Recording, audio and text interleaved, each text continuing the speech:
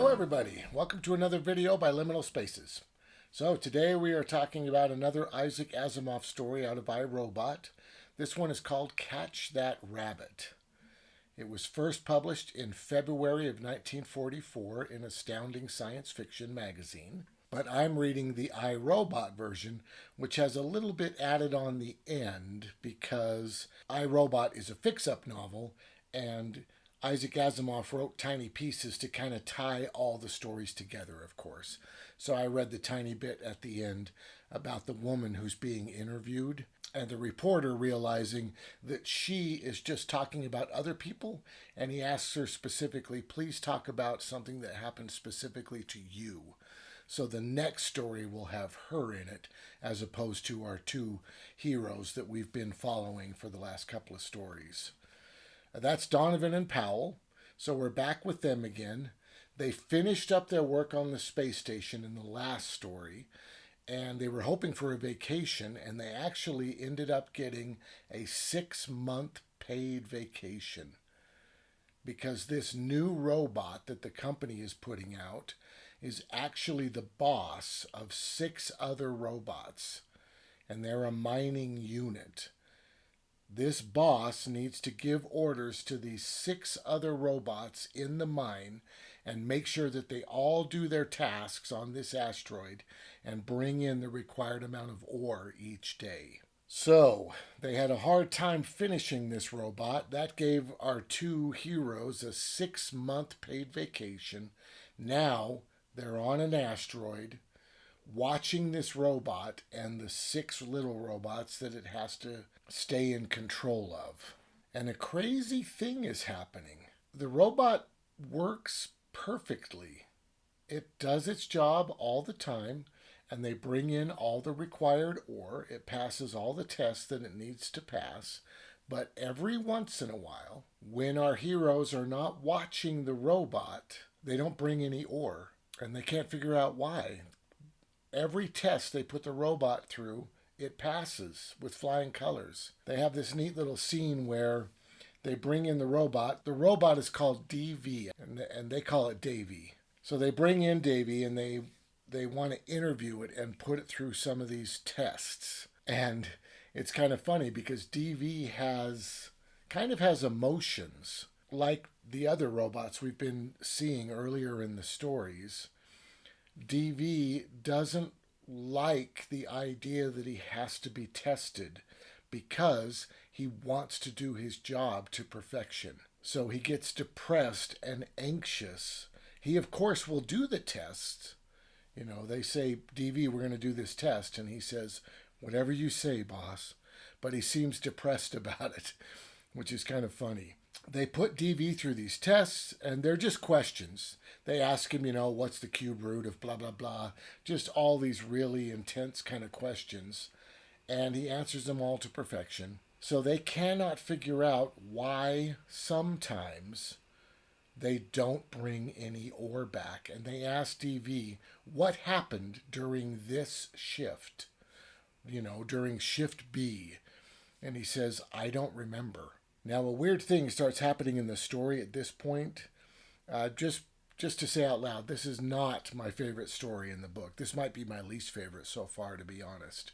And it's because of this, what's happening here. So Donovan decides that the robot must be lying to them, that something fishy is going on, and it doesn't make any sense. And Powell gets mad at him for suggesting something so idiotic, and they start to bicker. And I don't know if Isaac Asimov needed to meet a certain quota, a number of pages for a story, or what the deal was. Maybe this was humorous back in the day, back in 1944. I'm not sure, but they bicker a lot, and it goes on, and we're kind of ahead of Isaac Asimov in the sense that we're like, ooh, that is weird.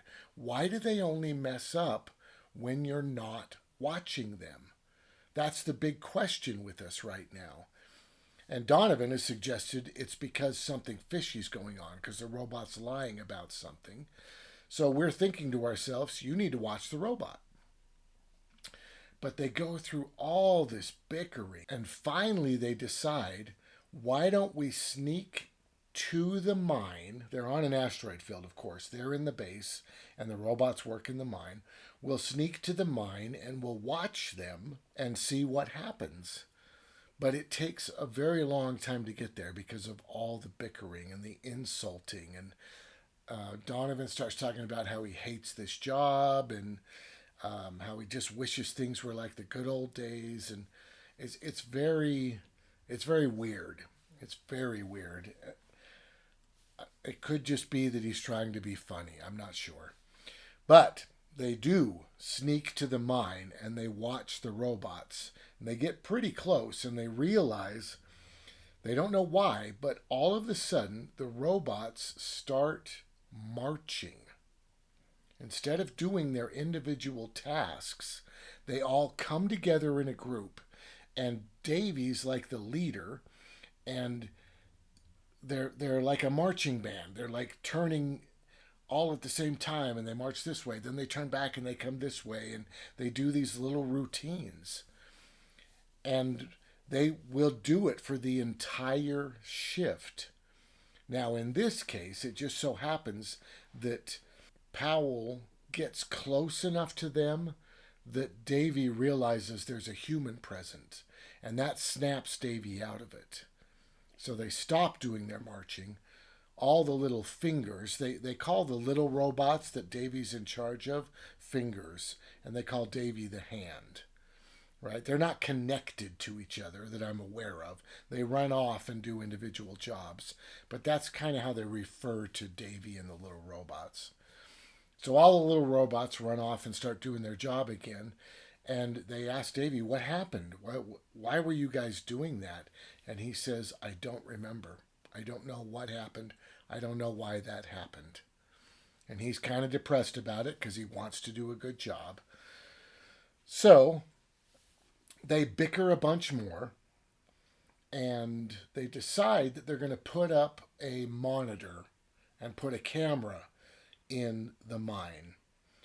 And of course, they don't tell Davy about it. They just set up the camera and they put up the monitor so that they can watch them work without getting too close to them. And also they decide to interview one of the fingers, one of the little robots. So they bring in one of the little robots.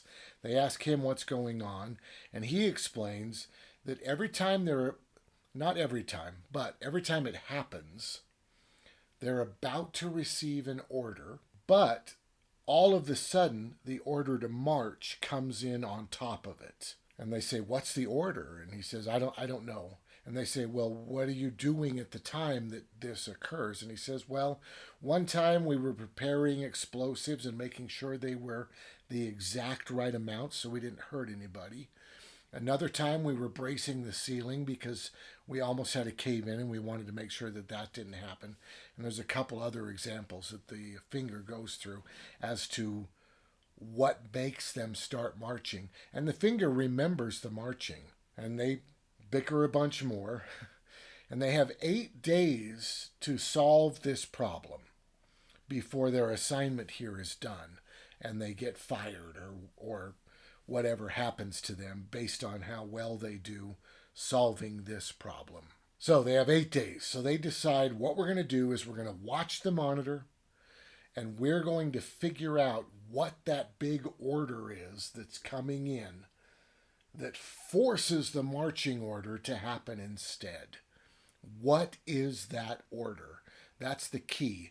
And catch that rabbit, I guess, is a phrase. What Powell says at one point in the story is, the only way to make rabbit stew is to catch a rabbit. And he says, so in order to solve this problem, like making a rabbit stew, we need to catch this rabbit or figure out what that order is that's coming in. That's why it's called Catch That Rabbit. So they watch the monitor. They take shifts. They watch it 24 hours a day. I think they trade off every 4 hours throughout the day. And after about 6 days of it, Donovan can't handle it anymore. He flips out. He grabs a huge book. He chucks it at the monitor and shatters the thing. They only have 2 days left, and Powell's like, "Why'd you do that? What are we gonna do?" And Donovan gets an idea. They can't tell by looking at the monitors what the order is. The monitors, the camera's too far away. They can't tell what all the fingers are doing because they're spreading out. They don't have a monitor for all 7 robots. They just have one monitor, and they can see Davy and some of the fingers, but the others move off and do other things. They can't tell from the monitor what the problem is. So he says, we need to get closer. We need to go back to the mine and spy on them again.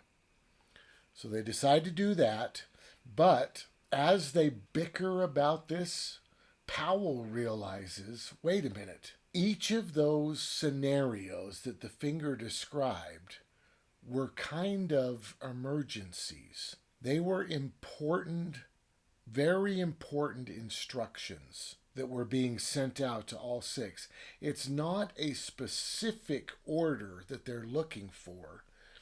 It's perhaps just an important order that they're looking for. So he says we need to cause an emergency while we're there and see if that triggers the problem. So they decide, okay, we're going to the mines, we're going to cause an emergency and see if that trips up Davy, and they start marching.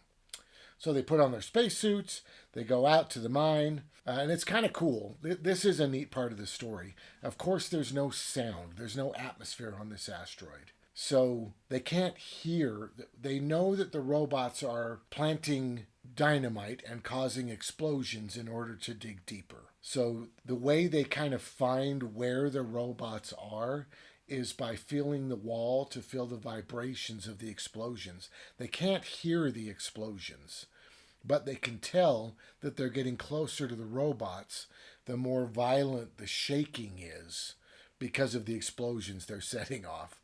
So they follow the trail of the explosions to the robots, and they end up seeing them through a crevice in the wall. And it seems like what they're doing is they're connecting a very large path to the path that Powell and Donovan came in. So they are exploding down this path, and Powell and Donovan are sitting here on a pile of rocks looking through a tiny crack at them and noticing that they're getting closer and closer with their explosions. So Powell lines up, he can shoot through the crack. He lines up this weird gun that he has that causes explosions, I guess. And he shoots the ceiling above the robots. And that causes kind of a cave-in on top of them. That causes an emergency situation for them.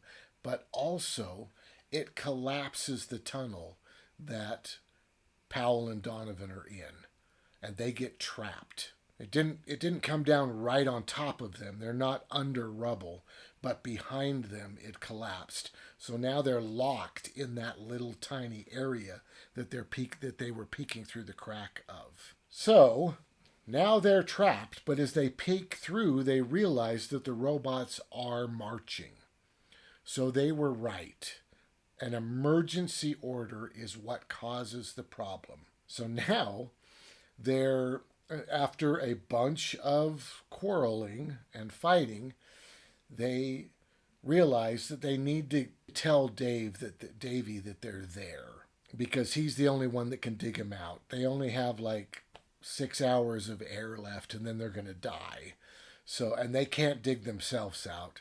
They need the robots to do it. So they got to get the robots' attention. Only one person can look through the crack at a time, so they're constantly fighting and kicking each other to be the one who's looking through the crack at the appropriate time. And the robots do actually start marching towards them. They get within about 50 feet. They have to be within 25 feet, I believe, for Davy to realize, oh, there's humans here, and wake up.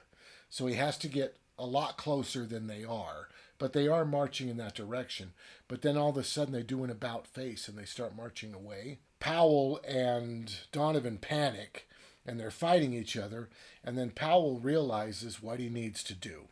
So he shoves Donovan away, he peeks through the crack, and he shoots one of the fingers and kills it. And that wakes up Davy, and he realizes, "Boss, are you here?" And they can talk to him all of a sudden. And they say, "Yes, we're trapped. You need to dig us out." And he's like, "No problem." And he sends the 5 robots that he has left over to dig them out, and they get dug out. And while they're getting dug out, Powell and Donovan talk about it, and Powell explains that the trouble was, he realized the problem was Davy couldn't handle 6 robots. When an emergency came down and he needed to send out a general order to all 6 at the same time, it was too many robots to handle. And that made him flip out. And jokingly, he describes it as when he couldn't handle the pressure of giving orders to 6 robots, he twiddled his fingers. So the marching was him twiddling his fingers, which is very silly. I didn't appreciate all the quarreling. I didn't find it funny. It was kind of weird, to be honest. And I don't feel like we were logically led to the answers of this problem. This whole story was kind of a clever joke, to be honest. And it definitely was not my favorite. I'd probably give this a 5, to be honest. It's not that great of a story. I appreciate seeing them more. I did enjoy the robot. I don't know how I feel about the weird anxiety that robots get if they can't perform their task the way they're supposed to. I don't know if that's a good idea, you know? I mean, if they're just designed to perform the task, then that's easy. They don't have to have any anxiety. They just do it. And when they can't do it, you fix them. That's it, you know? But it is weird when you get to the point that one robot has to be the boss of the other robots. That robot has to be able to solve different situations that a programmer can't imagine all the time, right? Who knows what it'll run into up on some weird asteroid? You know, you could think of anything you possibly could.